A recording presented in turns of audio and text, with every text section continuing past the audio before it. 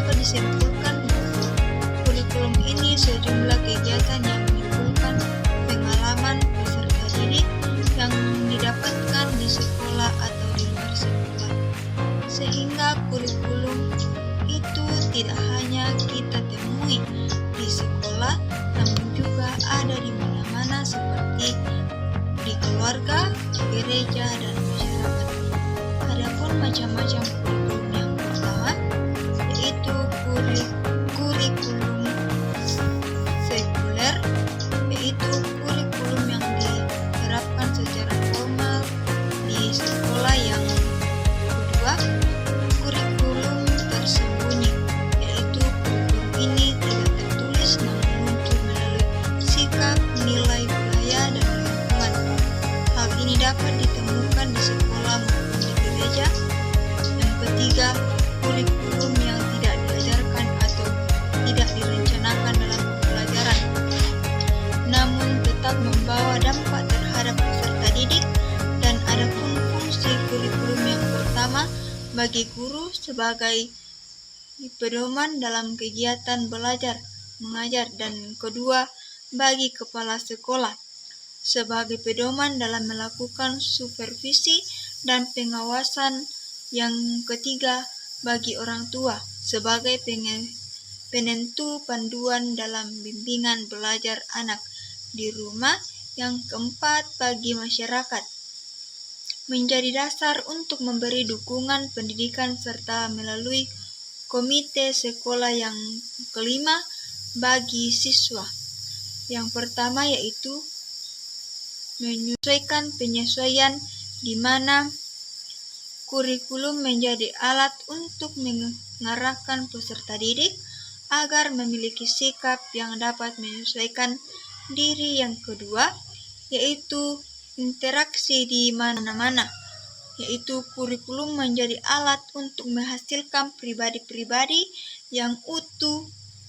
Yang ketiga yaitu diferensiasi, di mana kurikulum berfungsi untuk memberikan layanan terhadap perbedaan peserta didik. Yang keempat yaitu di mana kurikulum berfungsi untuk mempersiapkan peserta didik untuk melanjutkan studi ke jenjang berikutnya.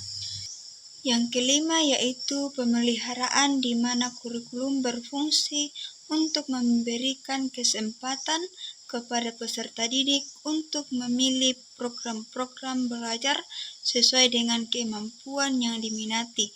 Adapun kedudukan kurikulum dalam pendidikan yaitu menjadi alat, instrumen, dan kunci dalam pendidikan nasional, sehingga kurikulum menjadi alat dan tentunya pembelajaran menjadi kegiatan.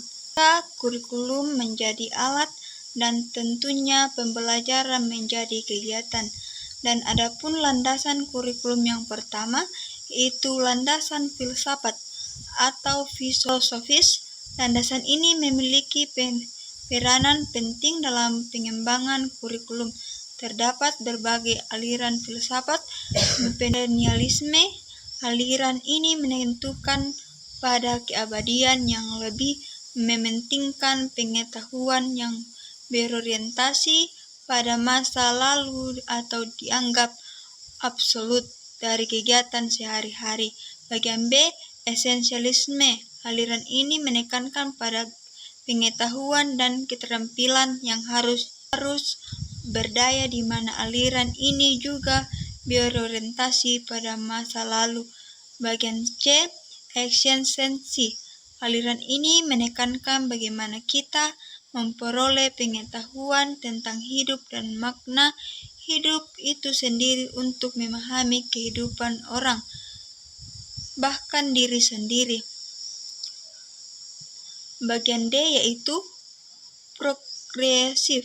Aliran ini menekankan bagaimana kita memposisikan orang lain berdasarkan karakteristiknya atau perbedaan itu sendiri, di mana berpusat pada peserta didik, variasi, pengalaman belajar, dan proses, yaitu rekonstruksivisme. Aliran ini menekankan pada pemecahan suatu masalah, dan pikiran kritis. Landasan yang kedua yaitu psikologis, yang ketiga landasan sosial, budaya, dan keempat landasan iptek, di mana salah satu hal yang mempengaruhi kurikulum disebabkan oleh perkembangan teknologi. Yang kelima landasan yuridis atau landasan hukum, yakni Pancasila dan Undang-Undang 1945, dan dalam kurikulum memuat komponen-komponen. Yang pertama yaitu tujuan di mana harus dikembangkan, yaitu tujuan makro, tujuan institusional, tujuan kurikuler, dan tujuan pembelajaran. Tujuan makro ini yaitu tujuan pendidikan nasional, yakni kemampuan membentuk kota, mencerdaskan anak bangsa, cakap, terampil, dan bertanggung jawab. Kemudian tujuan institusional ini yaitu tujuan yang hendak dicapai oleh masing-masing satuan pendidikan yang meliputi profil kelulusan atau visi dan misi institusi yang selalu terkait dengan tujuan. Tujuan kurikulum ini hendak dicapai dalam mata pelajaran, yaitu mata pelajaran bidang studi di sekolah, dan yang keempat yaitu tujuan pembelajaran yang harus dicapai oleh guru atau tugas guru. Kemudian komponen yang kedua yaitu isi, di mana ini adalah bahasa yang akan diajarkan atau konten yang akan disampaikan yang tertentu disesuaikan dengan konteks dan karakteristik peserta didik. Kemudian komponen yang ketiga yaitu strategi, di mana seseorang guru perlu memperhatikan cara yang digunakan untuk menyampaikan konteks tersebut dalam pembelajaran. Dan komponen yang keempat yaitu evaluasi. Selanjutnya kita akan melihat bagaimana dinamika atau perubahan kurikulum. Salah satu kurikulum di Indonesia yang masih digunakan sampai saat ini yaitu kurikulum Merdeka Belajar, di mana kurikulum ini adalah kurikulum dengan pembelajaran interaksi kuliner. Kurikulum ini adalah kurikulum dengan pembelajaran interaksi kuliner yang beragam, di mana konteks yang disajikan kepada siswa agar lebih optimal, dengan tujuan agar peserta didik dapat memiliki cukup waktu untuk mendalami konsep serta penguatan komponen. Potensinya terdapat 3 prinsip kurikulum merdeka, yaitu yang pertama, intrakurikuler yang menekankan pada pendalaman konsep pembelajaran yang telah ditetapkan.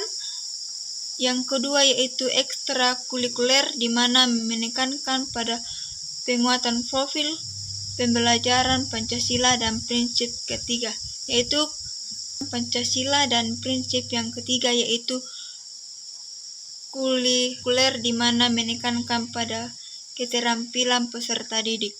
Sekian dan terima kasih.